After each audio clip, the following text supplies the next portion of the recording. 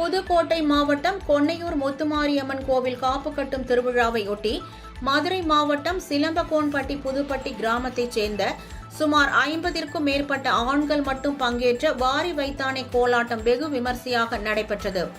50 ஆண்டுகளாக பாரம்பரியத்தை பின்பற்றி சிலம்பகோன்பட்டி புதுப்பட்டி ஊரைச் சேர்ந்த ஆண்கள் பங்கேற்று பொன்னமராவதி, கொட்டாம்பட்டி, சின்ன கொட்டாம்பட்டி, பிரான்மலை என பல்வேறு கிராமங்களுக்கு சென்று கோலாட்டம் ஆடினர்.